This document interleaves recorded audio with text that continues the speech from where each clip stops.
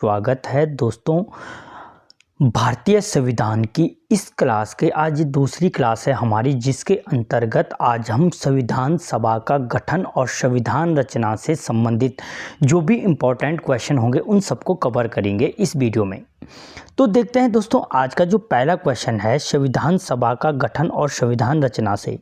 जो पहला क्वेश्चन है दोस्तों, पहला क्वेश्चन है संविधान सभा से क्या तात्पर्य है। दोस्तों पहली सिंपल सी बात है कि संविधान सभा से तात्पर्य आपका क्या है। तो जो संविधान सभा से तात्पर्य है कि संविधान रचना के लिए गठित जनता की एक प्रतिनिधि सभा, ठीक है। यानी जो संविधान सभा थी वो क्या थी, संविधान रचना के लिए गठित जनता की एक प्रतिनिधि सभा थी। अगला क्वेश्चन दोस्तों, संविधान सभा का गठन किस योजना के आधार पर हुआ था। दोस्तों जो संविधान सभा का जो गठन था वो क्या हुआ था, ऑप्शन घ कैबिनेट मिशन योजना के आधार पर। और दोस्तों जो कैबिनेट मिशन योजना, मैंने कल कहा था कि इस समय जो ब्रिटेन का प्रधानमंत्री था वो कौन था, क्लीमेंट एटली ब्रिटेन का प्रधानमंत्री था कैबिनेट मिशन योजना के टाइम पे। और जो भारत का वाइसराय था लॉर्ड वेवेल, भारत का वाइसराय था लॉर्ड वेवेल, भारत का वाइसराय था इस टाइम पे, ठीक है। और इसने जो कैबिनेट मिशन योजना बनी कब थी, तो 24 मार्च 1946 को ये कैबिनेट मिशन योजना बनी थी।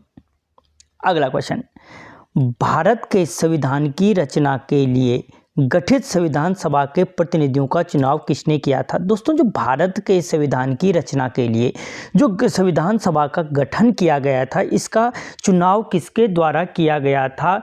तो दोस्तों जो इसका चुनाव किया गया था वो प्रांतीय विधानसभाओं से के द्वारा किया गया था, क्योंकि इससे पहले देश में जो प्रांतीय विधानसभाएं थी उनका गठन किया जा चुका था। तो इन प्रांतीय विधानसभाओं ने क्या किया था, इस संविधान सभा के सदस्यों का चुनाव किया था, ठीक है। और ये मैं आपको बता चुका हूं कि कैबिनेट मिशन योजना के आधार पर किया गया था।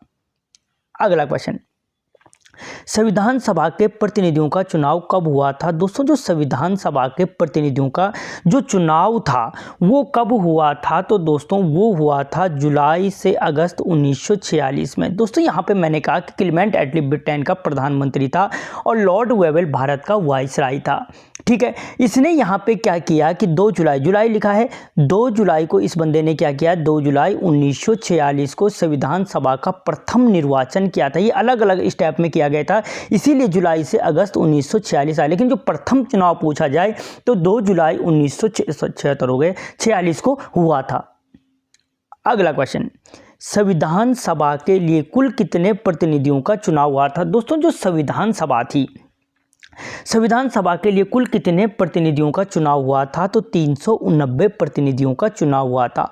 दोस्तों जो ये 389 प्रतिनिधि थे इनमें से भी 3 भागों में इनको बांटा गया था। 389 प्रतिनिधि टोटल थे, इनको 3 भागों में, 3 भागों में कैसे, तो दोस्तों जो ब्रिटिश प्रांत थे, मैंने अभी कहा आपको कि इनको विधानसभाओं से निर्वाचित हुए थे, तो इनमें से जो ब्रिटिश प्रांत थे इनमें से 292 सदस्य इनमें से क्या थे, ब्रिटिश प्रांतों से थे, ठीक है। जो देसी रियासतें थी, तो आपने बाद में पढ़ा हैदराबाद थी जैसे, ठीक है, जूनागढ़ था, तो इन देसी रियासतों से यहाँ पे 93 प्रतिनिधियों को का निर्वाचन किया गया था।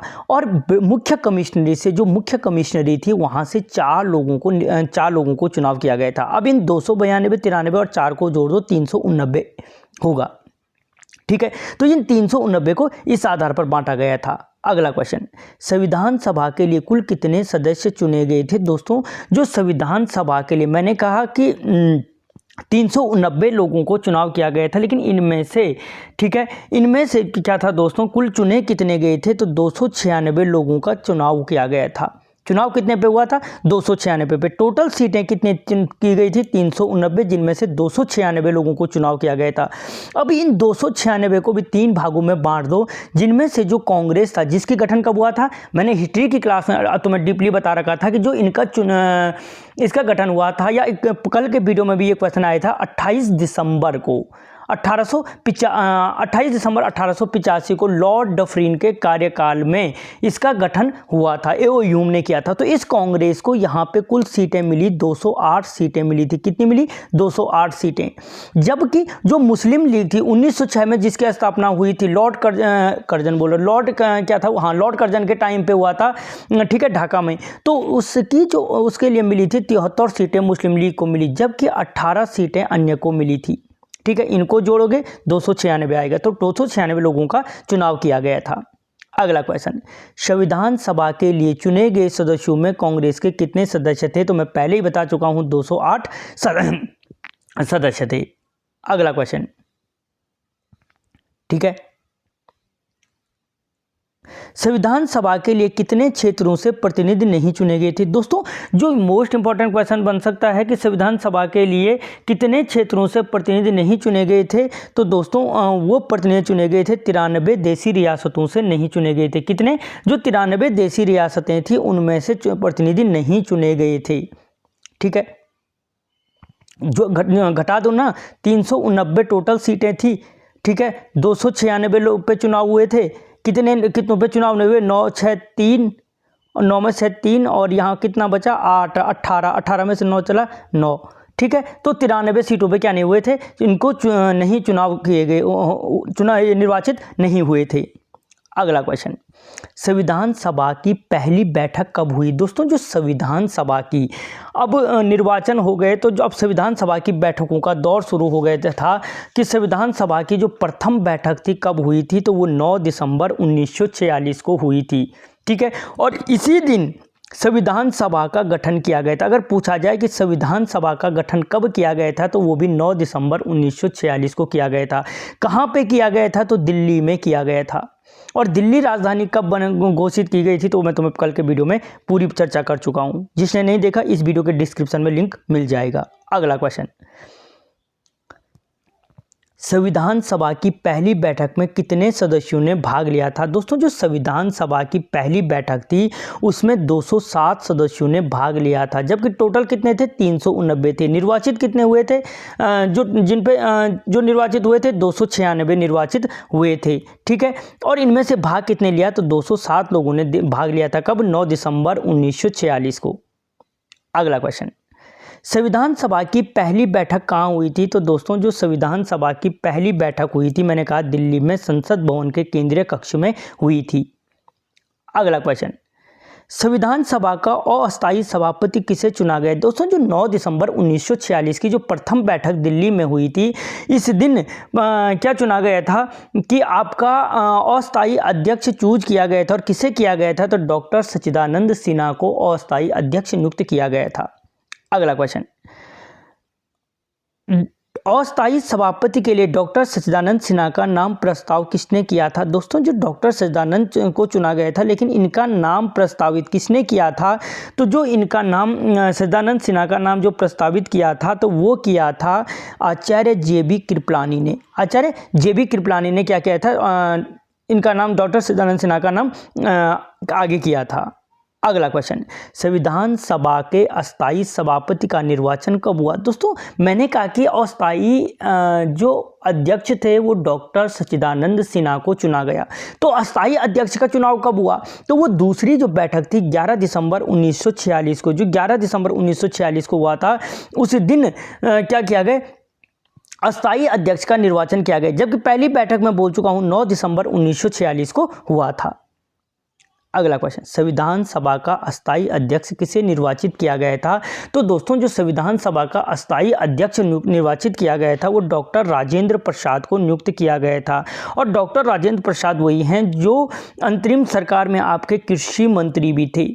ठीक है, और आपके क्या थे? प्रथम राष्ट्रपति भी बनते हैं। अगला क्वेश्चन, संविधान सभा की प्रारूप समिति का गठन कब किया गया? दोस्तों जो संविधान सभा की जो प्रारूप समिति का जो गठन किया गया था 29 अगस्त 1947 को किया गया है। दोस्तों जो प्रारूप समिति के अध्यक्ष कौन थे? भीमराव अंबेडकर थे। ठीक है, इनमें कुल कितने सदस्य थे? तो 7 इसमें कुल सदस्य थे। अगला क्वेश्चन, प्रारूप समिति का अध्यक्ष किसे चुना गया? तो वही आगे कहते हैं डॉक्टर भीमराव अंबेडकर को चुना गया था। अगला क्वेश्चन, संविधान सभा में डॉक्टर अंबेडकर का निर्वाचन किस प्रांत से हुआ था? UPSSC पूछ चुका है इस क्वेश्चन को कि संविधान सभा में डॉक्टर अंबेडकर का निर्वाचन कहां से हुआ था? तो पश्चिमी बंगाल से हुआ था। ठीक है, कहां से हुआ था? पश्चिमी बंगाल से हुआ था। अगला क्वेश्चन, प्रारूप समिति की पहली बैठक कब हुई? दोस्तों जो प्रारूप समिति की प्रथम बैठक हुई थी 30 अगस्त 1947 को हुई थी। 30 अगस्त 1947 को हुई थी और इसके एक दिन पहले ही इसका क्या किया गया था? गठन किया गया था 29 अगस्त 1947 को, जिसमें मैंने कहा 7 अन्य सदस्य थे, जिसके अध्यक्ष कौन थे? डॉक्टर अंबेडकर थे। ठीक है। अगला क्वेश्चन, संविधान सभा के गठन के समय भारत के गवर्नर जनरल कौन थे? दोस्तों संविधान सभा के गठन के समय जो भारत के गवर्नर जनरल थे लॉर्ड माउंटबेटन थे। कौन थे? लॉर्ड माउंटबेटन भारत के गवर्नर जनरल थे। ठीक, कौन थे? Lord Mountbatten. ठीक है।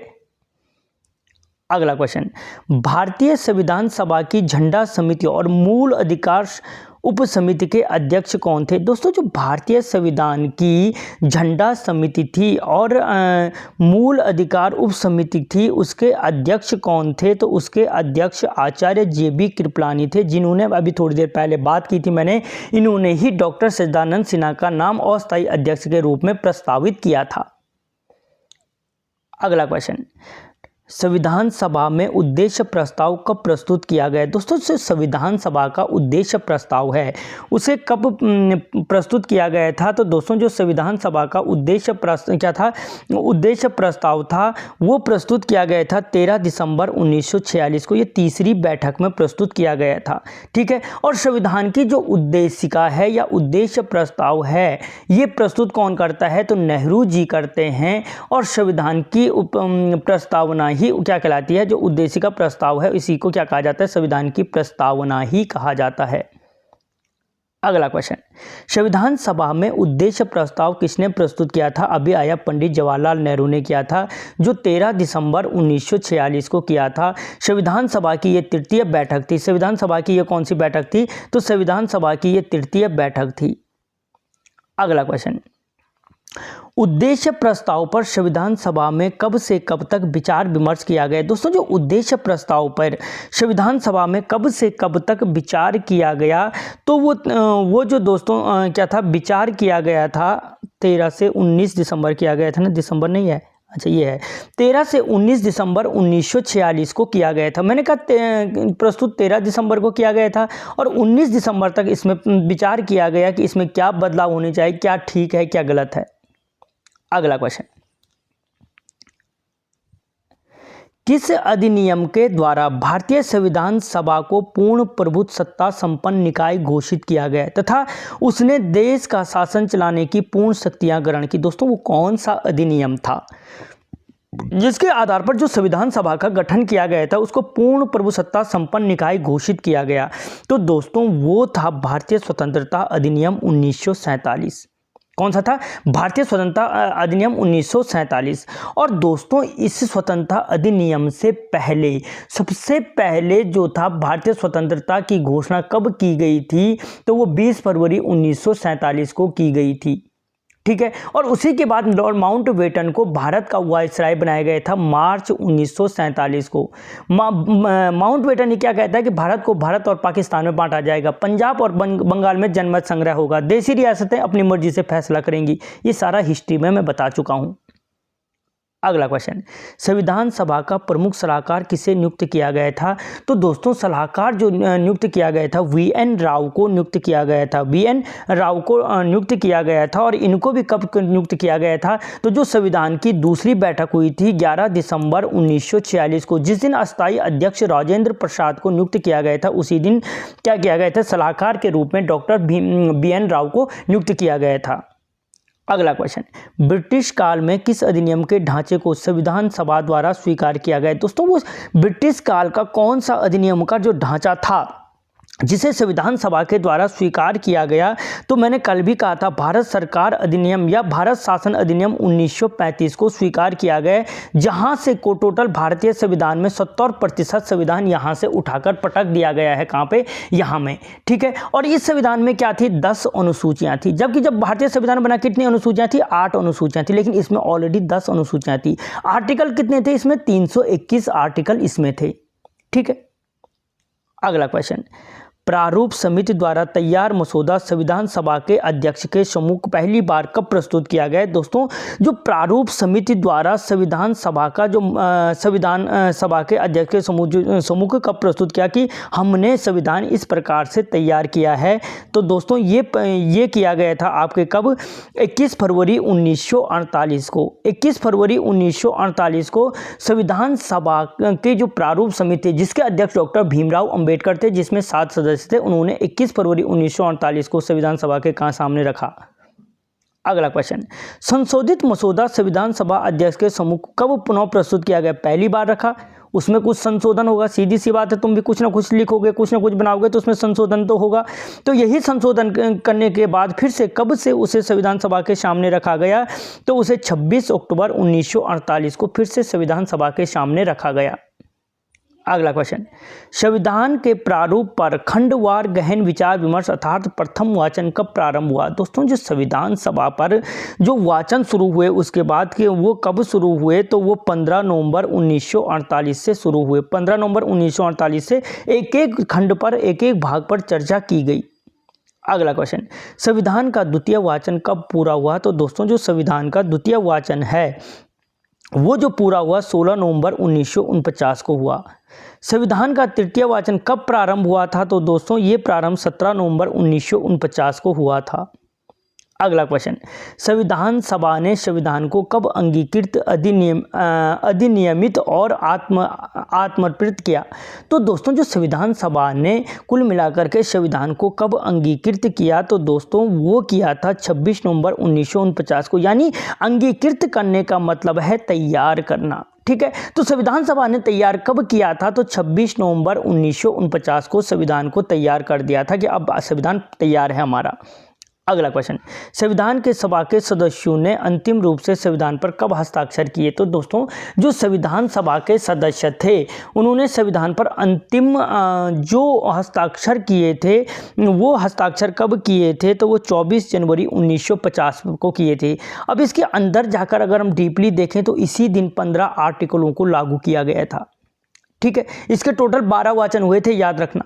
ठीक है, 15 आर्टिकलों को लागू किया गया था। कितने लोगों ने साइन किए थे इस दिन? 284 लोगों ने। सबसे पहले किसने साइन किया था? बलवंत राय मेहता ने किया था, जिन्हें क्या कहा जाता है? पंचायत राज प्रणाली का वास्तुकार और शिल्पी कहा जाता है। ठीक है, ये अलग अलग क्वेश्चन बनते हैं। अगला क्वेश्चन, संविधान सभा पर कुल कितना धन व्यय हुआ था? तो दोस्तों, जो संविधान सभा पर हुआ था 63,96,726 रुपये का खर्चा आया था। अगला क्वेश्चन, संविधान सभा में शक्ति के केंद्र बिंदु में कौन थे? दोस्तों, जो संविधान सभा में शक्ति के केंद्र बिंदु में कौन थे?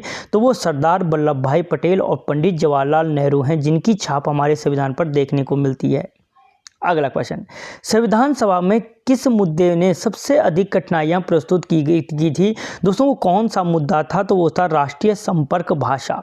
इस मुद्दे ने सबसे बड़ी कठिनाई थी, क्योंकि यहाँ पर जो अलग अलग प्रांत थे सबकी भाषा अलग अलग थी, इसलिए संपर्क भाषा को बनाने में बहुत बड़ी दिक्कत महसूस हुई। अगला क्वेश्चन, संविधान सभा की कार्यप्रणाली की क्या विशेषता थी? तो संविधान सभा की जो कार्यप्रणाली की विशेषता थी वो समझौते और समन्वय की भावना थी। ठीक है, कि समझौते और समन्वय की भावना क्या है? यहाँ पे कार्यप्रणाली की मुख्य विशेषता थी कि ये हमारा एक समझौता है और सारे लोग क्या करेंगे? मिलकर कार्य करेंगे। तो दोस्तों, अब हम कल की क्लास में पढ़ेंगे भारतीय संविधान के स्रोत के बारे में। ठीक है,